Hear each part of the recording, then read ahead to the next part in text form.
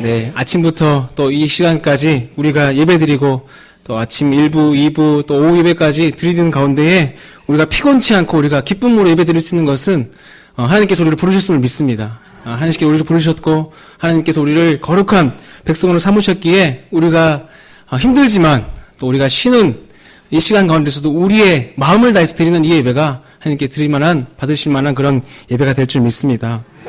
오늘 하루 종일 제가 예배 드리면서 가장 많이 들었던 것 중에 하나가 바로 이 부르심이었던 것 같아요. 부르심. 네, 오늘 제목의 말씀도 이 부르심에 가는 것입니다. 우리는 하나님께서 부르신 백성인 줄 믿습니다.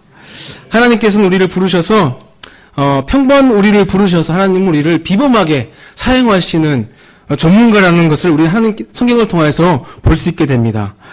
평범한 사람 모세는 하나님께서 떨기나무 가운데서 그를 부르셔서 민족의 영웅으로 하나님께서 그를 사용하셨습니다.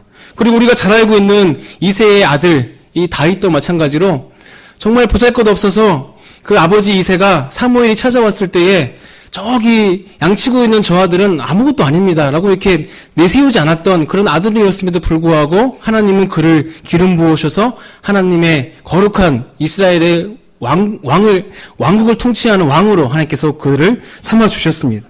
얼마나 그 다윗이 위대하고 또 하나님께서 그를 기뻐하셨는지 성경에서는 그 다윗을 대하여 하나님의 마음에 내 마음에 합한 사람이다. 내 마음에 꼭 맞는 사람이다. 하나님께서 그렇게 말씀해 주셨습니다. 많은 사람들 중에 세상의 많은 사람들 중에서 한 사람 내 마음에 합한 사람을 꼽으라면 나는 다윗을 꼽겠다. 그래서 하나님은 그 다윗을 연약하고 어렸던 그 다윗을 사용하셔서 하나님은 그 인생을 놀랍도록 사용해 주셨음을 볼 수 있습니다. 하지만 성경을 볼 때에 하나님은 우리를 부르시고 그 부르심에는 어느 누구도 또 소용없고 또 누구나 그렇게 열려있는 하나님의 부르심이지만 어느 누구에게나 똑같이 그 부르심이 적용되어지지는 않습니다.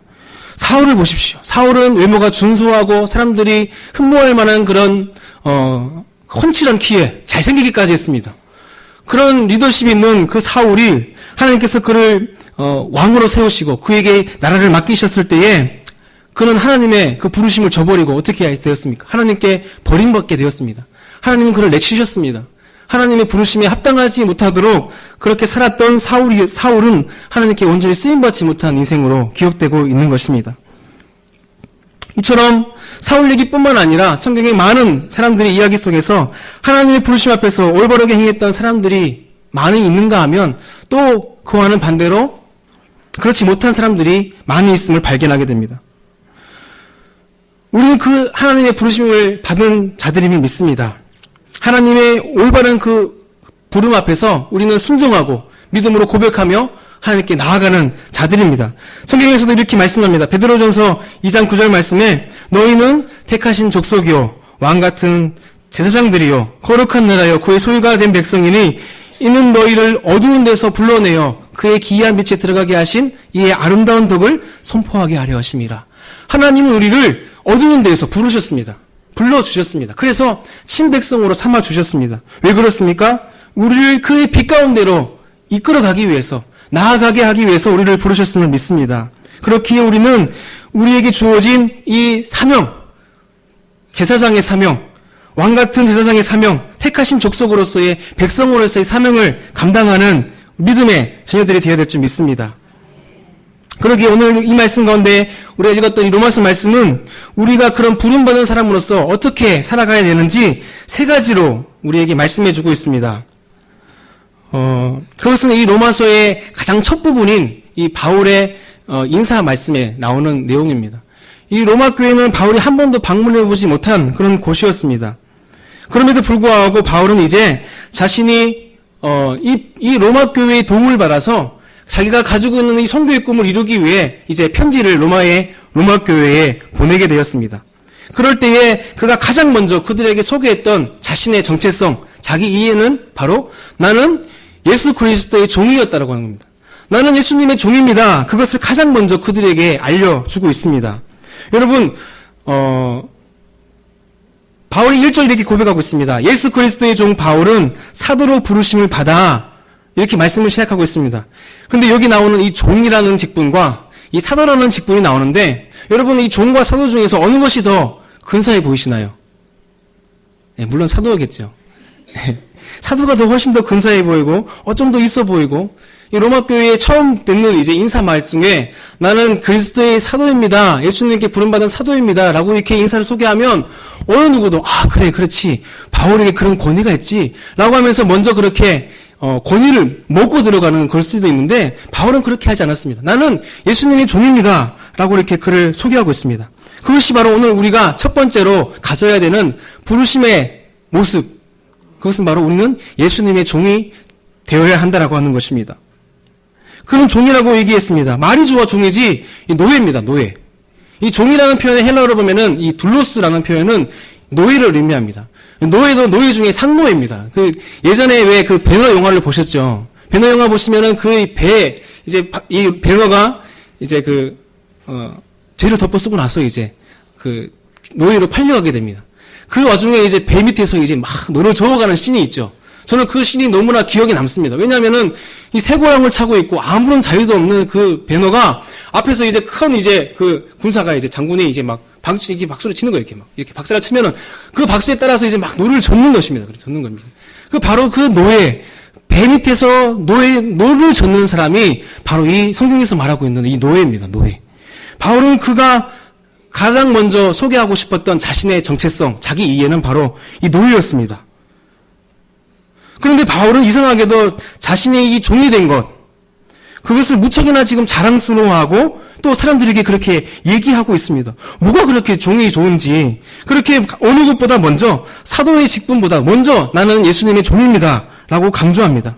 여러분, 우리가 잘 알고 있는 세례요한도 마찬가지입니다. 세례요한도 사람들이 세례요한에게 먼저 와서 물었습니다. 당신이 누구이기에 세례를 베풀고 사람들에게 이런 일을 하고 있습니까? 라고 얘기했을 때 세례요한은 자기를 이렇게 소개합니다. 나는 예수님의 길을 예비하고 준비하고 곧게 하기 위한 하나님이 부르신 하나님의 사자입니다. 이 말이 좋아 사자지, 세번역 성경에 보니까 그 사자를 이 심부름꾼으로 표현하고 있습니다. 심부름꾼. 달리 얘기하자면은 나는 예수님이 시키면은 하라는 그런 심부름꾼입니다. 나는 그런 심부름하는 사람입니다. 그것이 이 세례요한이 가지고 있는 자기 이해였습니다. 여러분, 저는 세례요한이 좀 더 근사한 얘기를 좀 했었으면 좋겠어요. 저는 말이죠. 그리스도의 비밀을 가진 하나님의 거룩한 사자입니다. 이렇게 얘기했으면 사람들이 더 몰려오고 더 영향력 있게 그렇게 사역을 했을 텐데, 그도 마찬가지로 나는 그런 작은 심부름꾼일 뿐입니다. 그것이 바로 세례요한의 자기 정체성이었습니다. 바울이 얘기하고 있는 종, 그리고 세례요한이 얘기하고 있는 그런 심부름꾼, 그것은 어떻게 보면 아무런 영광도 없습니다. 종이 가져봐야 얼마나 가지겠습니까? 종이 재산을 모아봐야 얼마나 모으겠습니까? 심부름꾼이 자신이 재산을 모아봐야 얼마나 모으겠습니까? 하지만 그것이 바로 이 종과 이 심부름꾼의 영광입니다. 무슨 말인고 하니 이 종의 영광과 이 심부름꾼의 영광은 자기가 섬기고 있는 주인이 누구냐에 따라서 이 종의 영광과 이 심부름꾼의 영광이 갈라지게 되는 것입니다.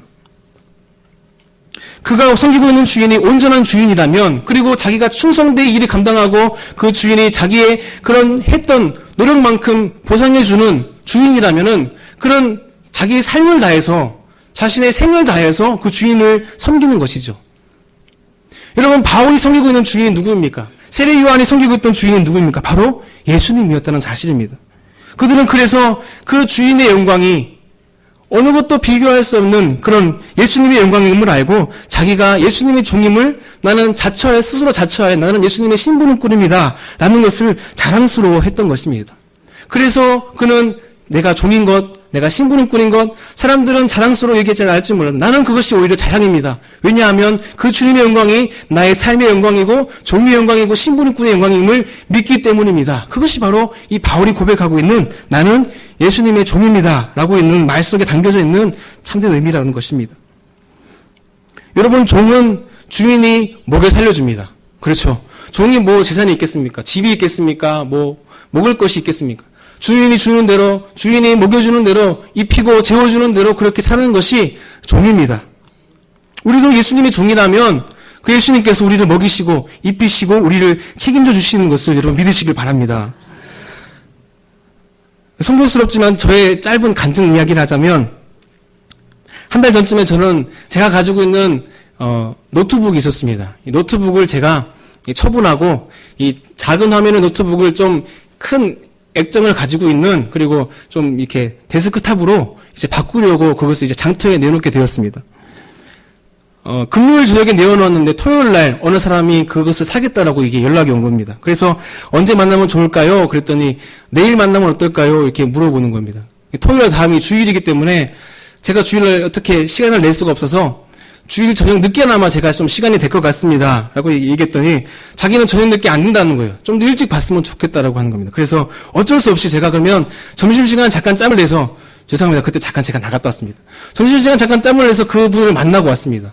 그분을 만났더니 그분은 이 중후한 세단을 타고 이렇게 딱 정장을 하고 온 이 노신사가 이게 딱 그 앞에 있더라고요. 그래서 저희 집 사택 앞에 있더라고요. 그래서 그분을 볼 때, 저분 정도면은 왜 이렇게 새 걸로 사시지, 왜 이런 중고로 사실까? 그런 의문이 들었지만, 이제 그분께 제가 가지고 있는 것 드리고, 네, 이렇게 사용하시면 됩니다. 이렇게 사용하겠습니다. 이렇게 안내해 드리고, 저는 그분께 물건을 드리고, 그분은 제게 이제 그에 맞는 금액을 받았습니다. 그러게 이제 제가 이제 빠르게 이제 교회에 가야 되니까, 돌아가려고, 교회에 가려고 하는데, 그 뒤에서 그분이, 마우스는 안 주시는 거예요? 이렇게 물어보시는 거예요. 그러니까 제가 이제 그 컴퓨터를 줄 때 마우스도 같이 주겠다라고 얘기했거든요. 그래서 맞다, 마우스. 근데 마우스가 그때 교회에 있었던 거예요. 그래서 저기 가면은 제가 가지고 있습니다. 저기 가면은 제가 마우스 드릴게요. 잠깐만 제가 여기 코너 돌아서 조금 저기 사거리까지만 좀 가시겠습니까? 그랬더니 그렇게 하시겠다고. 그래서 차를 타고 이제 교회 앞까지 오는데 그분이 좀 이렇게 신앙서적을 이렇게 가지고 있더라고요. 그래서 교회 다니시는 거구나. 그래서 살짝 물어봤습니다. 교회 다니세요? 그랬더니 네, 저는 교회는 안 하고 이제 집사입니다. 네. 그러면서 주일 성수만 겨우 하는 그런 하고 있어서 아내에게 좀 많이 구박받고 있습니다. 그렇게 얘기를 하시는 거예요. 그래서 짧은 시간 이동하면서 제가 그럼 어떻게 무슨 일 하시는 분이세요? 그걸 물어봤더니 제가 솔직하게 저는 여기 신월제일교회 전도사입니다. 그랬더니 그러시냐고 하시면서 그 짧은 순간에 이제 돌아와서 이제 신월제일교회 건너편에 차를 대고 저는 이제 불이 났게 달려와가지고 이제 사무실에 있는 마우스를 가지고 그분께 갔습니다. 그랬더니 이제 그분께서 그 마우스를 받으시면서 고맙다고 이런 것까지 주시면서 되게 고맙다고 그러시면서 저한테 이 봉투를 하나 이렇게 주시는 거예요. 그러면서 마우스 값이에요. 이렇게 주시는 거예요. 그래서 마우스 값 해봐야 10,000원, 20,000원 안 되잖아요. 그래서 얼마 안 주시는 거겠지. 그래서 처음에는 됐다 그래서 괜찮습니다. 제가 주신 것도 정말 많은데 괜찮아요. 안 주셔도 돼요. 그랬더니 그냥 받으시라고. 가시라고. 그래서 받아봤어요. 그러니까 얼마 되겠냐고 그랬더니 사무실에 와서 그걸 딱 열어보니까 그 봉투 안에 50,000원짜리 6장이 들어있는 거예요. 이 마우스 값이 아니잖아요. 그래서 그분께 다시 전화했습니다. 사장님 이렇게 많이 주시면 어떡합니까? 이렇게 물어봤어요. 그분이 이렇게 명함을 주셨는데, 이게 광명에 이게 중소기업 하시는 사장님인 거예요. 그래서, 저한테 왜 이런 돈을 주시는 거예요? 좀 이렇게 부담스럽습니다. 그랬더니, 헌금하는 마음으로 그렇게 주고 싶었다라고 이렇게 얘기하시더라고요. 그래서, 너무 감사하잖아요. 그래서, 사장님 제가 생각날 때마다 사장님 그 기업체를 위해서 좀 기도하겠습니다. 중보하겠습니다. 그러고 이렇게 전화를 끊고 나서, 이제 제가 가져봐야 이렇게 제 것이 아니잖아요. 그래서 그대로 제 아내에게 이렇게 줬습니다. 그리고 나서 이제 그 다음날, 아침에 되어서 저희 그러니까 저희 아들, 첫 아이, 그러니까 치과 진료가 있는 거예요. 그래서 치과에 갔는데, 웬걸 이 아이 이빨 2개가 어금니가 다 썩어져가지고, 이 뿌리까지 이게 충치가 내려오는 거예요. 그래서 이거를 지금 치료하지 않으면 안 된다는 거예요. 그때 이제 저와 아내와 딱 눈이 마주쳤습니다. 그래서, 하나님께서 이것까지 챙겨주셨구나. 저는 사실 더 물질이 필요한 곳에, 저는 괜찮지만 저보다 더 물질이 필요한 곳에 이 물질이 쓰이겠지. 그래서 가지고 있었는데 하나님은 이것을 가지고 이런 세세한 부분까지 저를 챙겨주시는 것을 경험했습니다. 그리고 나서 저의 마음에 드는 생각은 이것이었습니다. 30만 원 되는 돈, 작지 않은 돈이지만 하나님은 그 물질을 주시면서 제게 이런 마음을 주시는 것 같았습니다. 너 재정적인 거, 물질적인 거 염려하지 마. 내가 너를 다 책임져 줄 것이다. 내가 너의 가정을 잘 알고 있고 내가 너의 형편을 잘 알고 있다. 채워줄 것이다. 이런 마음이 드는 겁니다. 그래서 실질적인 재정관리는 제가 안 가지고 있지만 우리 재정관리는 하나님께서 하시는 거구나. 그런 작은 위로를 받았던 그런 경험이 있습니다. 그래서 저는 그 마음을 주셨던 그 돈을 가지고 부끄럽지만 저는 그 자리에서 이것이 하나님께로 온 것을 알고 제 마음을 드리고 11조를 드리고 나머지 돈으로 정말 부족함 없이 남김없이 하나님께서 그 아이를 온전하게 보살도 씌워주시고 치료도 해주시고 그렇게 해주셨던 것입니다. 저는 그래서 그것을 경험하면서 하나님은 내 아들 충치까지도 챙겨주시는 하나님이시구나. 하나님은 내 아들이 어금니까지도 책임주시는 하나님이시구나. 근데 얼마나 감사합니까? 그래서 저는 항상 그렇게 감사할 수밖에 없는 겁니다. 제가 정말 좀 비천한 고백이지만 저는 정말 신월주일 교회에 와서 이렇게 여러분과 함께 사역하는 것이 너무나 행복합니다. 너무나 감사합니다. 부족하지만 하나님은 제가 정말 짧은 시간이지만 교육 전도사 하면서 제가 가지고 있었던 거, 그리고 제가 뭐 그렇게 내소역꿀없지만 하나님은 그런 것들을 작은 것까지도 하나님은 세세하게 이곳에서 쓰도록 하셨고, 대단하진 않지만 그렇게 하나님께서는 그렇게 기쁨으로 그것을 감당하게 해주셨습니다. 그래서 저는 항상 제 동기 전도사를 만나면 이런 고백을 합니다. 전인사역지 나온 사람들 중에 내가 제일 많이 축복받았다. 이것이 실제로 제 고백입니다. 여러분, 우리가 하나님의 종이 되기로 결단했으면 하나님은 우리의 삶을 온전하게 책임져 주심을 믿습니다. 그래서 저는 이 말씀을 너무나 좋아합니다. 시편 37편의 3절 말씀에 이런 말씀이 있습니다. 여호와를 의뢰하고 선을 행하라. 땅에 머무는 동안 그의 성실을 먹을거리로 삼을지어다. 하나님이 성실하신 우리의 먹을거리로 삼으면 우리는 부족함 없다는 거예요. 하나님이 성실하신 우리가 신뢰하고 그분을 믿고 따르면 하나님은 우리 먹을 것 말고도 다른 것들로 우리 가운데 채워주시는 분이시라는 것입니다. 그래서 하나님은 너희가 먼저 그의 나라와 그 일을 구하라. 그리하면 모든 것을 다 너희에게 주시리라. 이 주님이 우리의 주님임을 믿습니다. 두 번째, 바울은 로마서에서 자기를 어떻게 소개하고 있느냐. 나는 은혜와 사도의 직분을 받은 사람이다 라고 이렇게 소개하고 있습니다. 은혜와 사도의 직분이라는 것은 바로 우리가 얘기하고 있는 사명과도 같은 의미입니다. 나는 사명을 받은 사람입니다. 내가 하나님께서 주신 은혜는 내가 사명을 감당하기 위해서 주신 것입니다 라고 이렇게 고백하고 있는 것입니다. 여러분, 그런 성도의 사명을 가지고 중국 선교를 갔던 앤 월터 펀이라는 여인이 있었습니다. 의과대학을 졸업하고 이 처녀의 몸으로 홀로 이 중국 선교를 가기 위해서 결단하고, 그 당시 중국은 정말 선교지로서 위험한 곳이었지만 그는 그것을 감수하고라도 그가 그것을 중국에 가게 되었습니다. 그의 어머니가 처음에 그의 딸을 보내면서 210달러의 어치의 금을 그에게 주면서 너가 중국에 도착하거든 안전하다. 요 말 한마디만 내게 정보를 보내라. 라고 나서 그의 어머니와 헤어지고 중국에 가게 되었습니다. 수일을 지난 다음에 그 어머니가 그 딸의 처음 소식을 들었습니다. 그것은 바로 그가 그토록 기다렸던 안전하다라는 메시지가 아니라 즐겁다라는 거예요. 어머니, 저는 여기 있는 건 너무 즐거워요. 어머니, 저희가 여기서 사명 감당하고 있는 것이 너무나 즐겁습니다 라고 했는 것이 그가 처음으로 어머니에게 보냈던 처음 메시지였습니다. 이 즐거움이 사명받은 우리의 그리스도인의 고백임을 믿습니다. 우리가 안전을 구하는 것이 아니라 평안을 구하는 것이 아니라 하나님이 주신 사명 안에서 즐거움을 찾는 그런 사명받은 자임을 고백할 때에 하나님은 우리 가운데 놀라운 기쁨으로 함께해 주시는 것입니다. 그래서 이 찬양의 가사에 나오는 우리가 잘 알고 있는 찬송가 442장에 저 장미꽃 위에 있을, 이 찬양의 가사에 보면은 이렇게 가사가 나옵니다. 저 장미꽃 위에 있을 아직 맺혀있는 그때에 귀에 은은히 소리 들리니 주 음성 분명하다.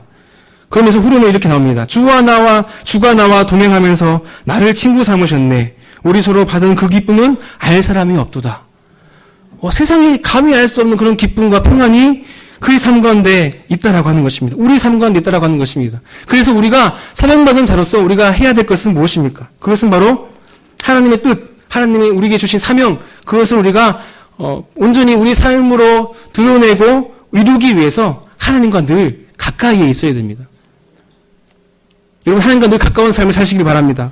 여러분, 북극과 남극에는 만년설이 있습니다. 그렇죠. 근데 적도지방에는 열대우림이 묵어져 있습니다. 북극과 남극은 얼어서 딱딱해서 굳어져 버리는 그런 땅인데 이 적도지방에는 열대우림이 묵어져 있고 생명력이 넘칩니다. 왜 그렇습니까? 왜 그런 차이가 생깁니까? 극지방이 저주받은 곳이라서 그렇습니까? 아니면 적도지방이 축복받은 곳이어서 그렇습니까? 그것이 이유가 아니라 단지 태양에서 멀어져 있기 때문입니다. 태양에서 가까우면은 넘치는 생명력으로 충만합니다. 그와는 반대로 태양에서 거리가 멀면 그 땅은 얼어져 버리는 것입니다. 우리의 영도 마찬가지입니다. 우리의 마음이 얼어져 버린 마음, 주님과 멀어져 버려 하나님의 사명으로부터 멀어져 있으면 우리의 마음은 얼어져 동토와 같은 것이 되어져 버리고 맙니다. 하지만 우리가 사명의 자리, 주님께서 우리에게 맹하신 그 사명의 자리를 우리가 지킬 때에 하나님은 우리의 마음을 생명력 있는 넘치는 그런 우리의 모습으로 변화시켜 줄 줄 믿습니다. 문제는 다른 것이 아니라 하나님과의 거리입니다. 하나님과 얼마나 친밀하느냐, 하나님과 얼마나 가까우냐, 그것이 우리의 능력이 되는 것입니다. 그래서 이 442장의 2절 3절 말씀에 계속해서 고백하는 것이 주님께서 우리를 친구로 삼아주셨다는 겁니다. 주와 나와 동행함으로 주님께서 내가 주님께 가까이 갔더니 주님은 나를 더 가까이 하셔서 나를 친구 삼으셨네. 그래서 우리가 받은 그 기쁨은 알 사람도 없고 빼앗을 사람이 없다라고 하는 것입니다. 그런 삼형자의 기쁨을 우리의 기쁨으로, 여러분의 기쁨으로 누릴 수 있는 그런 축복과 은혜를 누리는 저와 여러분들이 되기를 간절히 소망합니다. 세 번째로 바울은 자신을 이렇게 소개합니다. 나는 부르심 받은 사람입니다. 나는 주님께 부르심 받은 사람입니다. 하나님의 부르심이 있었기 때문에 지금의 바울이 있고, 그리고 지금 저와 여러분이 여기 있는 줄 믿습니다. 동시에 이 바울의 이 말을 가만히 살펴보면은 그가 받았던 그 부르심은 6절 말씀에 이렇게 말씀합니다. 너희도 그들 중에서 예수 그리스도의 것으로 부르심을 받은 자니라. 나만 아니라 너희도, 로마 교회에 있는 너희도, 나만 은혜 받은 것이 아니라 너희도 그 은혜로 부르심을 받은, 선택받은 백성이라고 얘기하고 있습니다. 여러분, 부르심 받은 사람은 그 축복과 은혜를 자기만 누리고 사는 사람이 아닙니다. 오히려 서로를 세워주고, 서로가 서로를 부르심 받은 자로 세워주고 축복하며 나누어 줄 수 있는 삶으로 하나님은 우리를 사용하시는 것입니다. 저희 아들이 정말 잘 부르는 찬양이 있습니다. 그것은 다른 것이 아니라 축복의 사람입니다. 네. 축복의 사람, 그 음악이 저희 아들이 이제 막 놀고 있을 때 엄마가 틀어주면은 축복의 사람 나오면은, 아빠 교회에서 나오는 찬양이다. 이렇게 대본 알고 따라 불러요. 따라 부르는데 어떻게 따라 부르냐면은, 너는 하나님의 사람. 그러면은 이 아이가 선창을 하는 거예요. 너는 하나님의 사람. 그럼 너는 하나님의 사람. 너는 축복의 사람. 너는 축복의 사람. 이렇게 부르는 거예요. 근데 가만히 누가 그렇게 부르는가 봤더니 목사님이 그렇게 부르시더라고요. 목사님이 부르는 걸 그 아이가 따라하면서 너는 축복의 사람. 너는 언제나 어디서나 그렇게 얘기하는 겁니다. 저는 그 아이가 평생에 그렇게 서로 남을 축복해주고 남을 세우고 살아갈 수 있는 아이가 되기를 그렇게 기도합니다. 우리도 마찬가지로 우리가 세움받고 또 하나님께 부름받은 자로서 우리가 취해야 될 것은 우리 모두가 다 주님께서 부르신 자들이며 또 하나님께서 부르신 종이며 또 하나님께서 세우신 그런 거룩한 자녀임을 우리가 기억하며 우리가 해야 될 것이 무엇입니까? 우리가 받은 것들, 우리가 종으로 누릴 수 있는 하나님의 영광을 우리의 것으로 구하는 것이 아니라 하나님께서 주신 것들을 함께 나누며 함께 교회 안에서 교제하며 나누며 더 풍성한 교제 안에서 그 하나님의 영광을 나누며 그렇게 누릴 수 있는 우리 거룩한 우리 신월주의 교회 교인들이 되기를 간절히 소망합니다. 기도하겠습니다. 하나님 감사합니다. 우리는 주님의 부름받은 자로 하나님께서 사랑하시는 거룩한 자녀임을 오늘 말씀을 통해서 깨우게 하시니 감사드립니다. 하나님, 우리가 그 주님의 길을 따라갈 때에 우리 홀로 가는 것이 아니라 하나님, 우리가 모두가 다 주님께 부름받은 자임을 기억하게 하여 주시고 우리가 우리의 영광이 종의 영광, 바로 우리 주인 되신 예수님의 영광임을 고백하며 우리가 다 모두가 다 함께 그 축제의 자리 가운데, 그 기쁨의 자리 가운데 함께 나아가 세상 어느 것도 비교할 수 없는 그런 참된 기쁨과 은혜를 누리며 그렇게 살아가는 복된 인생 살아갈 수 있도록 하나님 은혜를 베풀어 주시옵소서. 감사드립니다. 예수님의 이름으로 기도드립니다. 아멘.